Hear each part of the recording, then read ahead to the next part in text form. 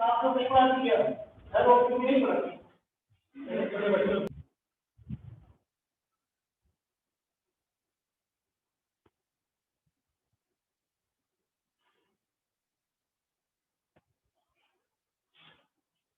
Good afternoon बच्चों। अभी तक क्षितिज का काव्य खंड में हम लोग ने फर्स्ट चैप्टर कबीरदास जी का पढ़ा था। काव्य खंड में हुआ फर्स्ट चैप्टर और उसी का पार्ट सेकंड है गद्य खंड, उसमें कितना हुआ था, 2 चैप्टर हो गया है। आज हम लोग जो सेकंड बुक है उसका पढ़ेंगे, कृतिका का फर्स्ट चैप्टर माता का आंचल। ठीक है, ये चैप्टर शिव पूजन सहाय द्वारा लिखा गया है। ठीक है, चैप्टर 1 जो है आपका है माता का आंचल। ये शिव पूजन सहाय द्वारा लिखा गया है। इसमें एक छोटे बच्चे के बारे में बात की गई है। एक छोटा बच्चा है, वो क्या कर रहा है, अपने माँ के आंचल में कैसे है, अपने माता और पिता से वो कैसे प्यार कर। ठीक है, फिर उसके बाद है हम स्टोरी पढ़ते हैं, बताते चल रहे इसमें है क्या। आप लोगों ने अभी तक जो सूरदास का चैप्टर था उसको पढ़ा था क्षितिज में। ठीक है, सूरदास वाला चैप्टर जो था उसको हम लोग पढ़े थे क्षितिज में। वो चैप्टर पूरा हो गया है, उसकी एक्सरसाइज बाकी है, उसको कर लीजिएगा। कृतिका का जो चैप्टर है स्टार्ट कर रहे हैं, सुनिए, जाने समझ में आएगा, बताते चलेंगे। हमारे पिता तड़के उठकर, यहाँ पे एक बच्चा है वो बता रहा है कि जो मेरे पिता है वो सुबह उठ के, तड़के मतलब होता है बहुत ही जल्दी। ठीक है, उठकर या प्रभात या सवेरा कह सकती हो, उठकर निबट नहाकर मतलब तुरंत नहाकर पूजा करने बैठ जाते थे। उनके पिता जो है वो सुबह जल्दी उठते थे और क्या करते थे, पूजा करने बैठ जाते थे। हम बचपन से ही उनके अंग लग गए थे। क्या था कि बचपन से ही हम लोग क्या करते, अपने मम्मी पापा के पास चिपक कर बैठे रहते हैं। माता से केवल दूध पीने तक का नाता था। यहाँ पे बच्चा बता रहा है कि सिर्फ मेरा नाता किस तक था, माता से दूध पीने तक का था। इसलिए पिता के साथ ही हम भी बाहर ही बैठक में सोया करते थे। मतलब कि वो जो बच्चा है वो अपने पिता के साथ ही बाहर बैठा करता था। वह अपने साथ ही हमें भी उठाते और साथ ही नहला धुलाकर पूजा पर बिठा लेते। वह बच्चा क्या बता रहा है कि मेरे पिताजी साथ में उठते थे, साथ में बैठते थे और क्या करते थे, उसे नहला धुलाकर पूजा के लिए बैठा देते थे। हम भभूत का तिलक लगा देने के लिए उनको दिक करने लगते थे। हम जब भभूत का तिलक लगाते थे तो उनको दिक करने के लिए लगते थे। कुछ हंसकर, कुछ झुंझलाकर, कुछ डांट कर वह हमारे चौड़े लीलार में त्रिपुंड कर देते थे। हमारे लीलार में भभूत खूब खुलती थी। सिर में लंबी लंबी जटाएं थी। उनके सिर में कैसी जटाएं थी, लंबी लंबी जटाएं थी। भभूत रमने से हम खासे बम भोला बन जाते थे। हमारे जो पिताजी थे वो क्या करते थे, हमारे भभूत लगाते थे और हमें क्या करते थे, हम उसमें हमें रमने, मतलब जैसे भोले बाबा होते थे वो भभूत में लिपटे हुए रहते थे, उसी से नहाए हुए ऐसा लगता था। तो इनके क्या थे, इनके जो बच्चे थे उनको भी ऐसा करते थे।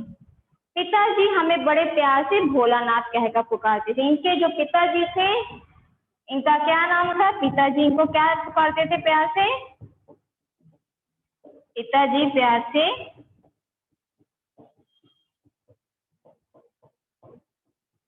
भोलानाथ कहकर पुकारते थे। ठीक है, भोलानाथ कहकर पुकारते थे। फिर उसके बाद क्या था, पर असल में हमारा नाम था तारकेश्वर नाथ। इनका असल में क्या नाम था, तारकेश्वर नाथ। तारकेश्वर नाथ था। क्लियर है यहाँ तक। ये इनको पिता जो ये भोलानाथ थे, जो बच्चा है यहाँ पे उसे पिताजी प्यार से क्या कहकर पुकारते थे? भोलानाथ।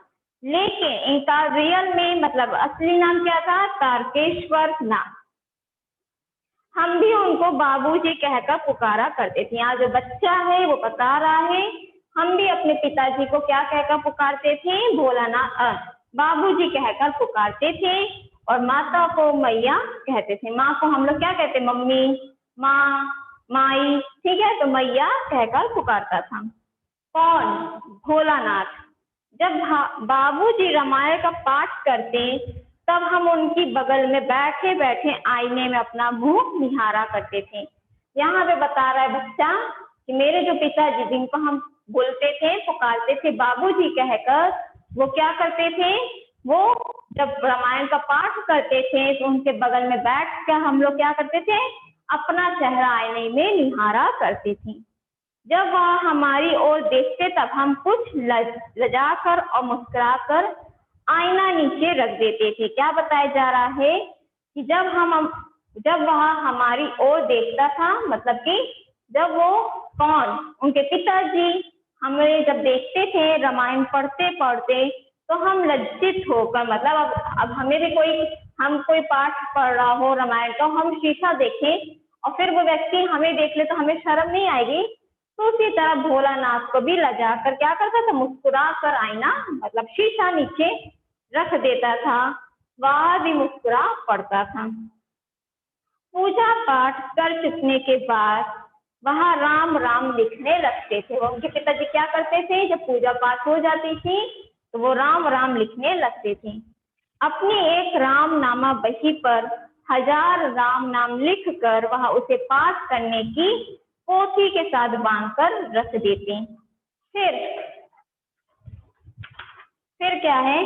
फिर 500 बार कागज के छोटे छोटे टुकड़ों पर राम नाम लिखकर आटे की गोलियों में लपेटते और उन गोलियों को ले जाकर गंगा जी की ओर चल पड़ते। क्या बताया जा रहा है कि जब वो रामायण का पाठ कर लेते थे तो 500 बार, मतलब 500 बार क्या करते थे? कागज के छोटे छोटे टुकड़े करते थे, उन्हें आटे की गोलियों में लपेट कर। क्यों? क्योंकि छोटे छोटे कागज पर क्या लिखा रहता था?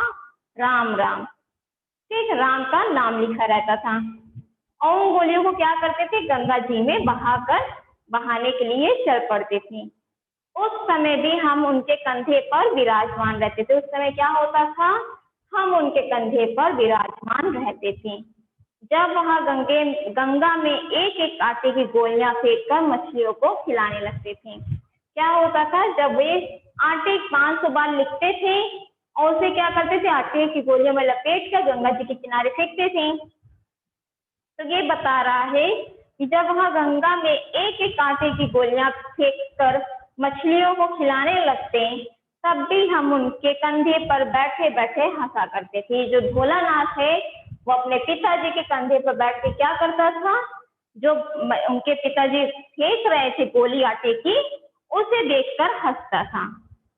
जब वह मछलियों को चारा देकर घर की ओर लौटने लगते तब बीच रास्ते में झुके हुए पेड़ों की डालों पर हमें बिठाकर झूला झुलाते थे। क्या था कि जब मछलियों को खिला देते थे आटे की गोलियां तो फिर उसके बाद क्या करता था? ये वापस पेड़ों की डालों पर हमें बैठाकर झूला झुलाते थे। कभी कभी बाबूजी हमसे कुश्ती भी लड़ते थे। एक खेल होता है कुश्ती। तो ये बता रहा है कि जो भोलानाथ है वो बता रहा है कि कभी कभी पिताजी हमसे कुश्ती वाला खेल भी खेलते थे। वह शिथिल होकर हमारे बल को बढ़ावा देते थे। मतलब वो बहुत ही ढीले होकर क्या करते थे? हमारे बल को बढ़ावा देते थे। क्यों? क्योंकि वह बच्चा छोटा था अभी और हम उनको पछाड़ देते थे। छोटा बच्चा क्या करता था? अपने पिताजी को पछाड़ देता था। यह उतान मतलब होता है पीठ के बल लेटना। वह यह उतान पड़ जाते और हम उनकी छाती पर चढ़ जाते थे। जब हम उनकी लंबी लंबी मूछें उखाड़ने लगते तब वह हंसते हंसते हमारे हाथों को मूछों से छुड़ाकर उन्हें चूम लेते थे। यहाँ पे बताया जा रहा है कि जब उनकी मूछें जो होती हैं, बड़ी बड़ी मूछें होती हैं पहले के जमाने में, अभी भी होती है, तो वो क्या करते थे? वो उन मूछों को वो उखाड़ रहा था। कौन? भोलानाथ। जब वो उखाड़ रहा था तो वो हंसते हंसते क्या करते थे, हमारे हाथों को भी मूंछों से छुड़ाकर हमें चूमा देने लगते थे। फिर जब हमसे खट्टा मीठा चुम्मा मांगते तब हम बारी बारी करके अपना बायां और दाहिना गाल उनके मुंह की ओर फेर देते। क्या कह रहे थे, जब वो हमसे खट्टा मीठा चुम्मा मांगते थे तो हम बारी बारी करके अपना बायां और दाहिना गाल उनके मुंह की ओर फेर देते थे। बाएं का खट्टा चुम्मा लेकर वह दाहिने का मीठा चुम्मा लेने लगते, तब वह अपनी दाढ़ी या मूछ हमारे कोमल गालों पर गड़ा देते थे। क्या थे, अब बच्चों का गाल कैसा होता है, बहुत ही मुलायम कोमल नाजुक होता है ना। तो ये क्या कर रहे थे, ये क्या बार बार करते थे, उन्हें वो करते थे, चुम्मा देते थे प्यार से और उनके गालों पे अपनी जो दाढ़ी रहती थी, बाल थे, उसको गड़ाती थी। हम झुंझलाकर फिर उनकी मूछें नोचने लगते थे। जब बच्चों को चिढ़ आता है, बहुत ज्यादा गुस्सा करते तो बच्चे क्या करते हैं, आपकी चीजों को नोचने लगते हैं। इस पर वह बनावटी रोने लगते थे। इस पर क्या करते थे, वह बनावटी मतलब ऐसे ही बस रोने लगते थे और हम अलग खड़े खड़े खिलखिलाकर हंसने लग जाते थे। उनके साथ हंसते हंसते जब हम घर आते तब उनके साथ ही हम भी चौके पर खाने बैठते थे। अब इतनी चीज हो गई कि सुबह क्या करते थे, उठते थे उनके पिताजी और नहाने जाते थे, जल्दी से नहा धोकर क्या करते थे, पूजा पाठ करते थे। पूजा पाठ करने के बाद वो गोलियां बनाते थे आटे की 500 और क्या करते थे, ले जाके गंगा जी में बहाते थे, जहाँ पे मछलियां उन्हें खाती थी। फिर जब उनके पिताजी वापस आते थे तो ये जो भोलानाथ था वो उनके पीठ पर बैठ जाता था और क्या करता था, पेड़ की ऊंची डाली पर झूला झूला करता था। ठीक है, फिर अब क्या हुआ, अब जब वापस आते हैं तो खाना खाने का समय होता है, तो भोलानाथ भी अपने पिताजी के साथ खाना खाने बैठ जाता है। वहां हमें अपने ही हाथ से फूल के कटोरे में गोरस और भात सानकर अर्थ है मिलाना या लपेटना। ठीक है, भात मतलब सान का मतलब हम लोग मिलाते हैं जिस तरह से। जब हम खा कर अफर जाते हैं, अफर मतलब होता है पूरा भर पेट खा लेते थे, तब मैया थोड़ा खिलाने के लिए हट करती थी। क्या होता है, जब छोटा बच्चा खाना खाता है तो उनका पेट बहुत जल्दी भर जाता है, तो माँ क्या कहती है कि थोड़ा और खा लो। यहाँ पे बताया जा रहा है कि मैया थोड़ा और खिलाने के लिए हट मतलब जिद करती थी। वह बाबूजी से कहने लगती, आप तो 4-4 दाने के कौर बच्चे के मुंह में दे जाते, मतलब अपने उससे कहती आदमी से, पति से, कि आप तो बच्चे के मुंह में बस 2-4 दाने ही कौर खिला रहे हैं। इससे वह थोड़ा खाने पर भी समझ लेता है कि हम बहुत खा गए। इससे बच्चा क्या सोचता है कि हम बहुत ज्यादा खा लिए हैं, क्योंकि छोटा बच्चा है तो हम लोग छोटा कौर उनके मुंह में डालेंगे, लेकिन माँ को ऐसा लगता है कि बच्चा जब अगर थोड़ा थोड़ा खाएगा उसका पेट नहीं भरेगा, लेकिन उसको ऐसा लगता है कि हमने बहुत ज्यादा खाना खा लिया। आप खिलाने का ढंग नहीं जानते। वो अपने क्या कह रही, पति से क्या कहती है कि आप खिलाने का ढंग नहीं जानते हैं, बच्चे को भर मुंह कौर खिलाना चाहिए, मतलब पूरा मुंह भरकर कौर खिलाना चाहिए। जब खाएगा बड़े बड़े कौर तब पाएगा दुनिया में ठौर। देखिए मैं खिलाती हूँ, अपने पति से कहती है देखो मैं खिला रही हूँ। मर्द वे क्या जाने कि बच्चों को कैसे, मतलब जो मर्द होते, जो आदमी होते हैं, वे नहीं जानते कि बच्चे को कैसे खिलाना चाहिए। और महातारी मतलब माँ, माता के हाथ से खाने पर बच्चों का पेट भी भरता है।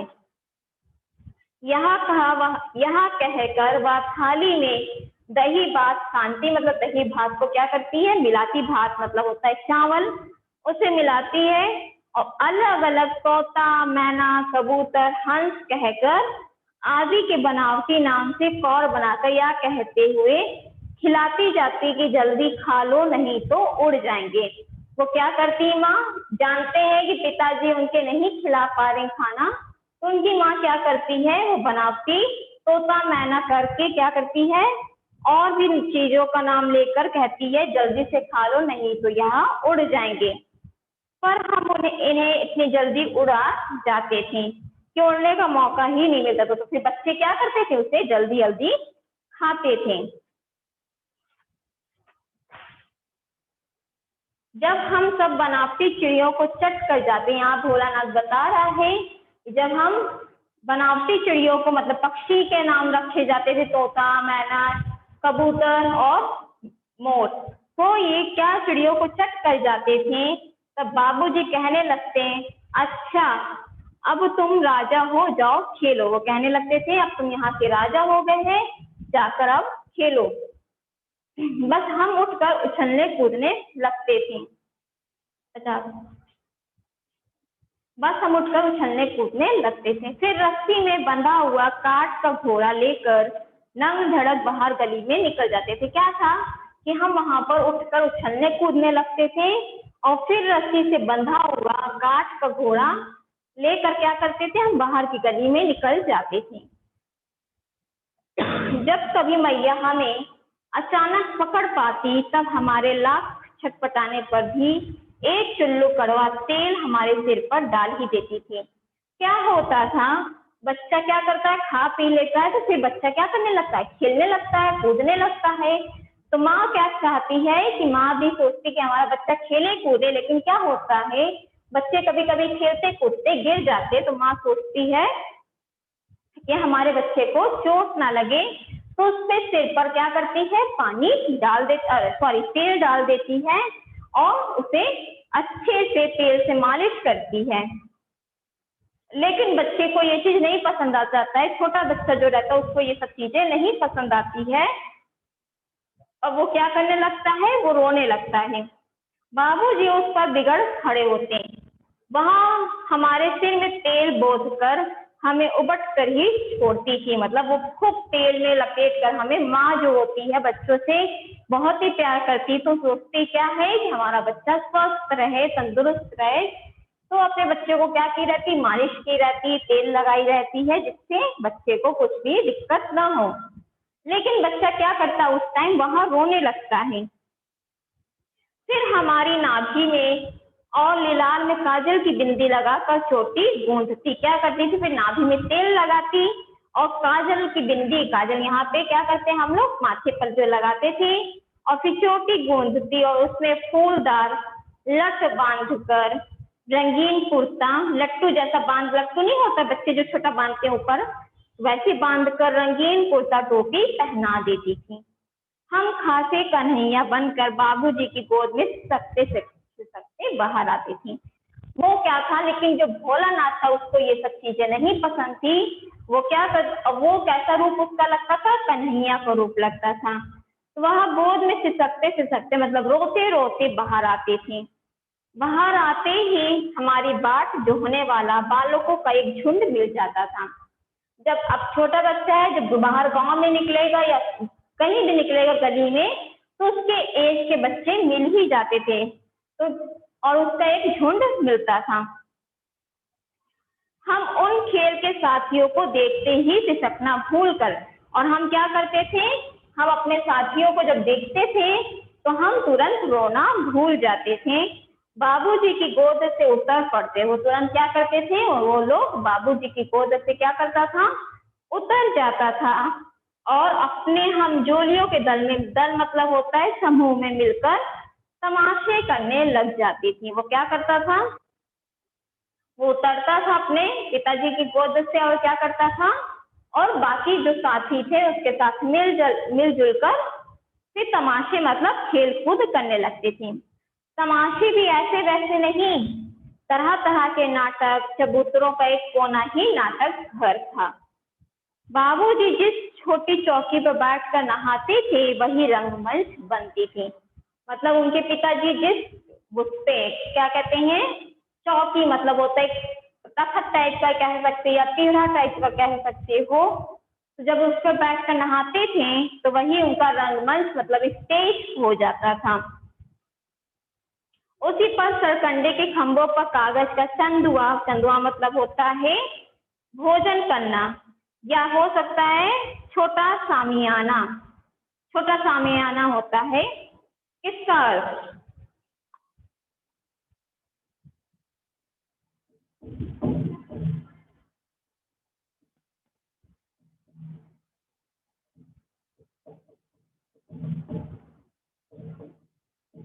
इसका अर्थ होता है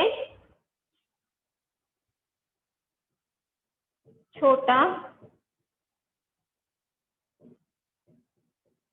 शामियाना। ठीक, तो चांदों तान कर मिठाइयाँ की दुकान लगाई जाती, उसमें चिल्लम के खोसे पर कपड़े के थालों में ढेले के लड्डू, पत्तों की पूरी कचौरी, गीली मिट्टी की जलेबियां, फूटे घड़े के टुकड़ों के बताशे आदि मिठाइयाँ सजाई जाती थी। देखो हम लोग कभी अपना देखो बचपन याद आ जाता है, कैसे हम लोग भी जब छोटे रहते थे तो क्या करते रहते थे, जैसे हो गया हमारे खेल, हमारे इसमें क्या था कि हम लोग वो खेलते थे, चिपट्टी हो गई, ठीक है, क्रिकेट खेलते थे और भी ऐसे मिट्टी का कुछ खेल खेलते थे। तो इसी तरह जो बच्चा है ये बता रहा है, और हम लोग भी जब होता था मिट्टी है तो उससे खेलने लगते थे चौक से। तो ये भी बता रहा है कि जो यहाँ पे बताया जा रहा है कि उसमें चिलम के खोसे पर कपड़े के थालों में ढेले के लड्डू, मतलब जो ढेला होता है पत्थर होता है या मिट्टी का इकट्ठा किया कर दो, तो पत्तों की पूरी, जो पत्ते गिरे रहते थे उनकी पूरी कचौरी इन लोग बनाते थे, गीली मिट्टी की जलेबी बनती थी और फूटे घड़ों के टुकड़ों से बताशे आदि मिठाइयाँ सजाई जाती थी।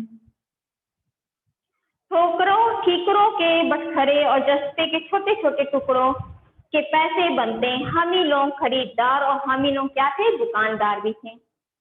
और बाबूजी भी दो चार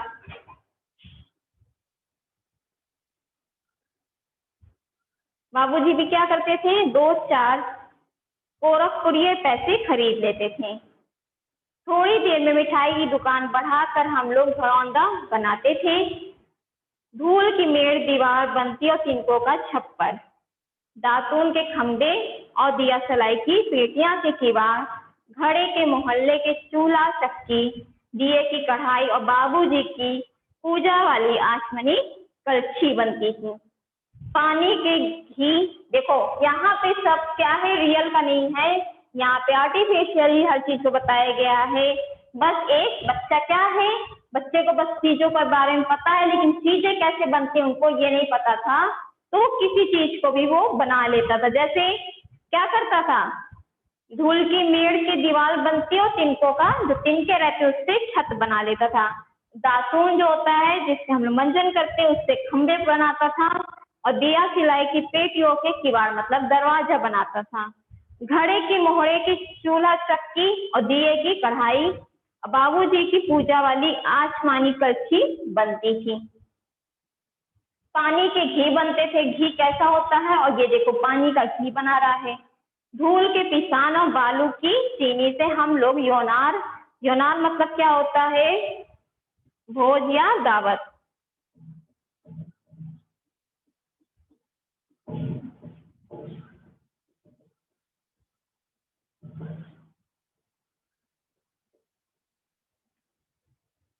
भोज या दावत, ठीक, तैयार करते थे। हम ही लोग योनार करते और हम ही लोगों को योनार बैठती थी।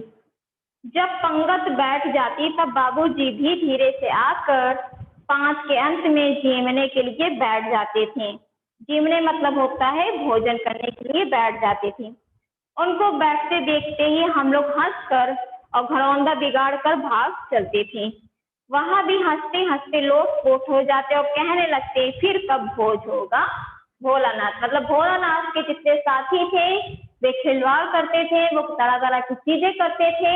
फिर एक जैसे ही शाम होती थी, भोलानाथ और उसके साथी जब घर जाने लगते थे भोज करके, तो फिर कहता था भोलानाथ अब कब बुलाओगे। ठीक, कभी कभी हम लोग बारात का भी जुलूस निकालते थे। अभी तो इन लोग खेल खेलते थे और फिर क्या करते थे इन लोग, कभी कभी हम लोग बारात का भी जुलूस निकालते थे। कनस्तर का तंबूरा बजता, अमोले का घिस कर शहनाई बजाई जाती थी। देखो यहाँ पे बच्चे कितने होशियार हैं। अमोले मतलब जानते हो क्या होता है, अमोले मतलब होता है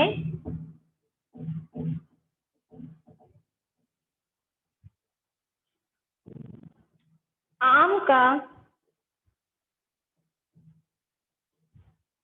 उगता हुआ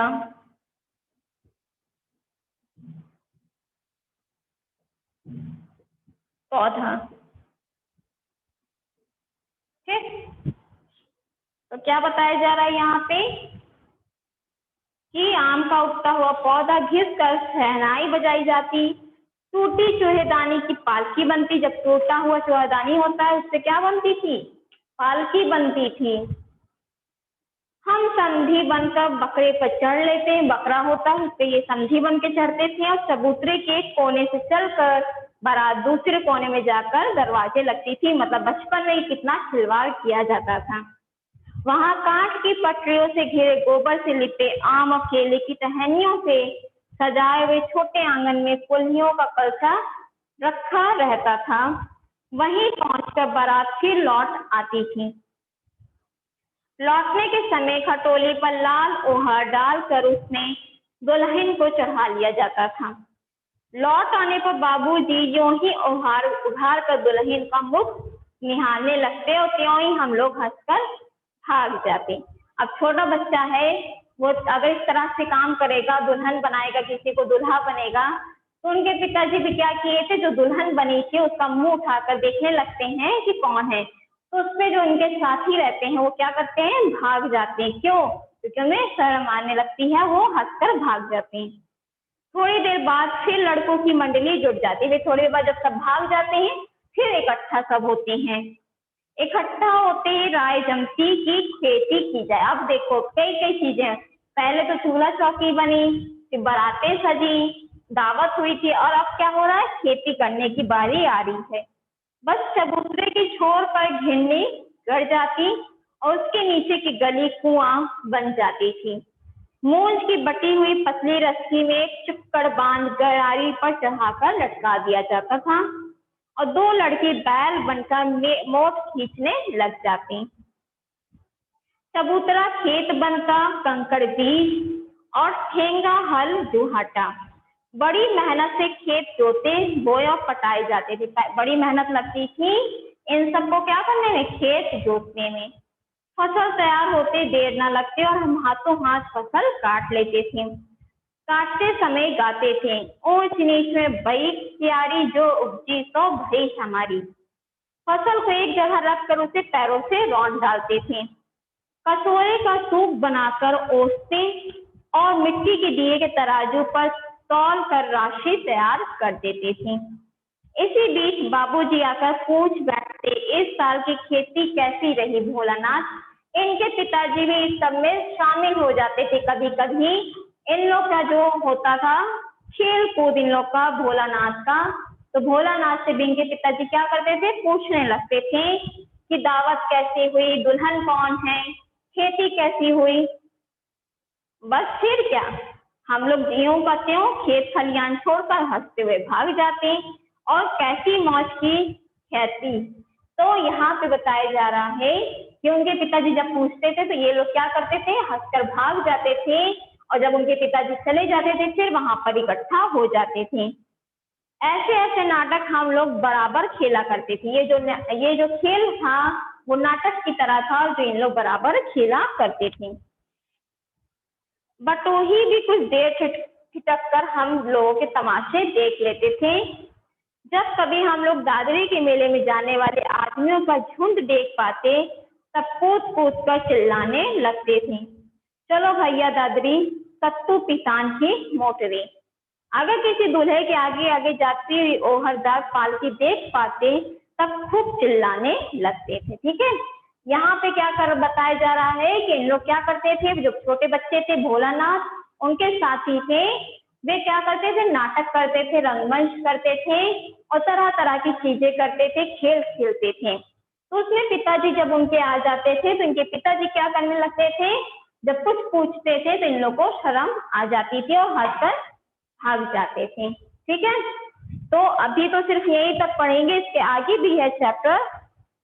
तो अभी तक जितना पढ़ा उसकी वर्ड मीनिंग जान लीजिए क्या होती है। कुछ डिफिकल्ट वर्ड आए हैं,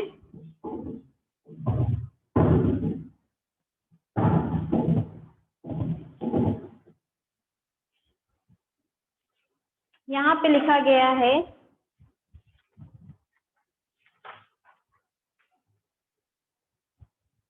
फर्स्ट है, जैसे यहाँ पे हमने बोला था तड़के आया था एक वर्ड, ठीक है। तो तड़के का क्या अर्थ होता है? प्रभात या सवेरा, ठीक। फिर क्या था? इसके बाद है थर्ड लीलार। लीलार मतलब क्या होता है?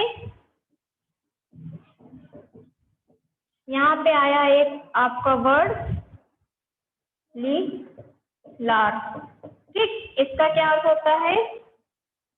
ललाट। देर में स्टार्ट किए थे, ललाट, ठीक है। फिर है फोर्थ त्रिपुंड, ठीक है। थर्ड है त्रिपुंड। इसका क्या अर्थ होता है? इसका अर्थ होता है एक प्रकार का तिलक जिसमें ललाट पर 3 आड़ी या अर्धचंद्राकार रेखा बनाई जाती है। इसमें मतलब है कि इस तरह का, या क्या होता है, एक प्रकार का तिलक होता है, ठीक है। दिख रहा है ना? एक प्रकार का तिलक होता है जिसमें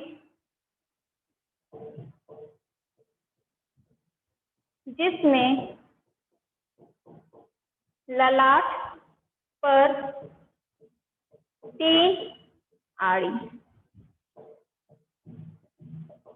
ठीक। फिर उसके बाद क्या बता, या फिर इसे कहते हैं अर्धचंद्राकार रेखाएं बनाई जाती हैं।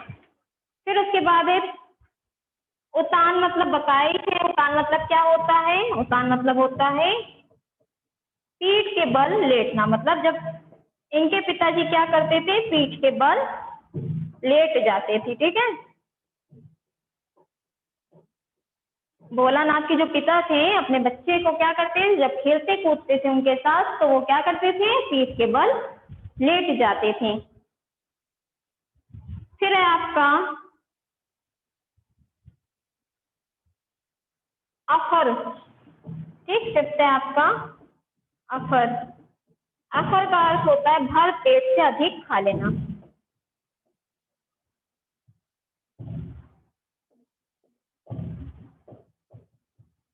भर पेट से अधिक खा लेना, ठीक है। इसका अर्थ होता है अफर।